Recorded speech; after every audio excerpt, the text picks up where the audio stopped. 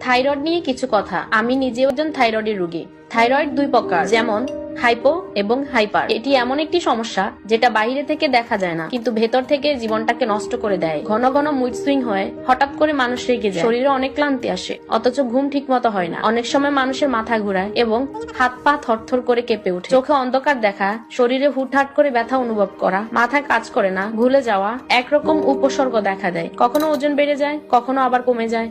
খাওয়ার অভ্যাসেও পরিবর্তন আসে, চুল পড়ে, ত্বক শুকিয়ে যায়। কিন্তু সবাই ভাবে হয়তো মানুষ নিজের যত্ন নেয় না, মন খারাপ থাকে, কিছুতেই আনন্দ লাগে না। কিন্তু কেউ এটা ভাবে না যে হরমোনাল ইমব্যালেন্সের কারণেও হতে পারে। অন্যরা ভাবে অলস, অথচ প্রতিদিন নিজের শরীরের বিরুদ্ধে কতটা লড়াই করে চলতে হয়। যাদের থাইরয়েডের সমস্যা নেই সেই মানুষগুলা সামাজিক ভাবে বুঝতে চায় না বা বুঝতে পারে না যে এটা কতটা কষ্টদায়ক। তারা ভাবে হাঁটা চলা, খাওয়া দাওয়া সবই তো ঠিকঠাক আছে, তোমার কষ্ট কিসের, কম খাও, বেশি হাঁটো, সব ঠিক হয়ে যাবে। এরা জানে না যে হাইপোথাইরয়েডিজমে মেটাবলিজম স্লো হয়ে যায়, ঘুমের চক্র নষ্ট হয়ে যায়, এমনকি মনের শক্তিও কমে যায়। এটা ঠিক যে বাইরে থেকে মানুষ না বুঝলেও হাজার হাজার মানুষ এই অবস্থার মধ্যে দিয়ে যাচ্ছে। উল্লেখ্য, বিশ্বের উন্নত দেশগুলোতে থাইরয়েড রোগী যে পরিবারে থাকে, পরিবারের সদস্যদের নিয়ে কাউন্সিলিং করা হয়। রোগীর সাথে কেমন আচরণ করলে তারা স্বাভাবিক থাকবে সেই বিষয়ে পরামর্শ দেওয়া হয়, কি খেতে পারবে কি খেতে পারবে না। অথচ আমাদের বাঙালি বেশিরভাগ পরিবারই এই মুড সুইং বা ডিপ্রেশনকে ঢং বলে চালিয়ে দেয়। মানুষ